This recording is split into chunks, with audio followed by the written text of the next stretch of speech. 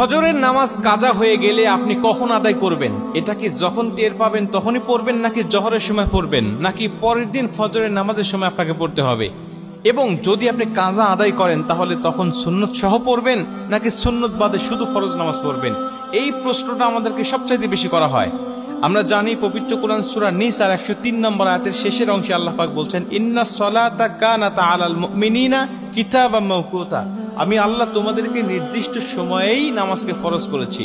নামাজ নির্দিষ্ট সময়ে ফরজ, কিন্তু আপনি নির্দিষ্ট সময় যদি না পড়তে পারেন কোনো জরুরতের ক্ষেত্রে, তাহলে আপনি কি করবেন? যেমন আমরা জানি ফজরের নামাজটা কখন পড়তে হয়? সুবহে সাদিক থেকে সূর্য উদয় পর্যন্ত, এটুকু ফজরের নামাজের সময়। এর পরবর্তীতে পড়তে গেলে আপনার কাজা পড়তে হবে। আমরা জানি নবীজি সাল্লাল্লাহু আলাইহি ওয়াসাল্লাম বলেছেন, তিনটা সময়ে নামাজ পড়া আল্লাহ পাক হারাম করে দিয়েছেন। 1 নম্বরে সূর্য উদয়ের সময়, 2 নম্বরে সূর্য যখন একেবারে ঠিক মাথার উপরে থাকে, হেলে যতক্ষণ না যায়, এবং 3 নম্বরে সূর্য অস্ত যাওয়ার সময়। এই তিনটা সময় নামাজ পড়া যায় না। এবং রাসূল সাল্লাল্লাহু আলাইহি ওয়াসাল্লাম বলে দিয়েছেন যে যদি ঘুমের কারণে অথবা যে কোনো বেখিয়ালি হয়ে যদি নামাজটা তোমার ছুটে যায়, নামাজটা যদি জাস্ট টাইমে না পড়তে পারো, তাহলে যখন তোমার স্মরণ হবে ঠিক তখনই তুমি নামাজটা আদায় করে নেবে। তোমার ফজরের নামাজ কাজা হয়ে গেছে, তুমি ঘুমের কারণে টের পাও নাই, 8টা বেজে গেছে, 9টা বেজে গেছে, এখন তুমি জোহরের নামাজের জন্য অপেক্ষা করবে না। জোহরের নামাজের জন্য অপেক্ষা নয়, তুমি তখনই উঠে তুমি নামাজটা আদায় করে নেবে। এখন তুমি নামাজটা কিভাবে পড়বে? 2 রাকাত সুন্নত সহ নাকি শুধু ফরজ পড়বে? রাসূল সাল্লাল্লাহু আলাইহি ওয়াসাল্লাম বলেন, ফজরের নামাজের 2 রাকাত সুন্নতের গুরুত্ব কত বেশি জানো? আম্মা জানা আয়েশা বলেন যে সমস্ত দুনিয়া এবং দুনিয়ার মধ্যে যা কিছু আছে সবকিছুর থেকে ফজরের নামাজের 2 রাকাত সুন্নতের দাম আল্লাহ পাকের কাছে অনেক অনেক বেশি।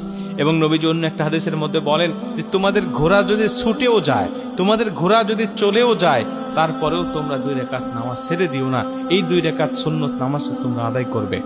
এই হাদিস থেকে বোঝা যায় ফজরের নামাজের গুরুত্ব অনেক অনেক বেশি। এবং আমরা এটাও জানি যে ফজরের আগে এমন হলো যে আমি জামাতে নামাজ পড়ছি, কিন্তু এখন দেখা যাচ্ছে আমি সুন্নত পড়তে পারতেছি না, বা সুন্নত পড়লে জামাত পাবো না। তখন আপনি কি করবেন? তখন আপনি ফজরের নামাজটা আদায় করবেন, কিন্তু সুন্নতটা কিন্তু পরবর্তীতে আপনি পড়তে পারবেন না, বা আপনার জন্য মাফ হয়ে যায় নাই। আপনি সূর্য উদয়ের পরে যখন হলুদ আভাটা কেটে যাবে, আপনি তখন কিন্তু সুন্নত 2 রাকাত আপনাকে আদায় করতে হবে। তার মানে এটার গুরুত্ব অনেক বেশি। এই হাদিসগুলো থেকে আমরা বুঝতে পারি যে আমি যখন কাজা পরবর্তীতে নামাজ আদায় করব ঘুম থেকে ওঠার পরে, 8টা হোক বা 9টা হোক, তখন কিন্তু আমাকে 2 রাকাত সুন্নত সহই নামাজটা আদায় করতে হবে, শুধু 2 রাকাত পড়লে হবে না।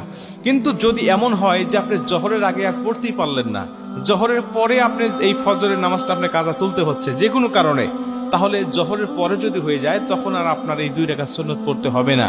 এই 2 রাকাত সুন্নত তখন আর আপনাকে কাজা আদায় করতে হবে না। কিন্তু জোহরের আগে যদি হয় তাহলে আপনাকে অবশ্যই পড়তে হবে। প্রিয় ভাইরা আমার, এটা কিন্তু জরুরতের ক্ষেত্রে 2-1 দিন হতে পারে এমন, কিন্তু কন্টিনিউ কিন্তু করা যাবে না। এমন হতে হবে না যে প্রতিদিন আপনার ফজরের নামাজটা কাজা হয়ে যায়, প্রতিদিন রেগুলার আপনি 8টা-9টার সময় ওঠেন, তাইলে কিন্তু আল্লাহ আপনার উপর নারাজ হয়ে যাবে, রাগান্বিত হয়ে যাবে।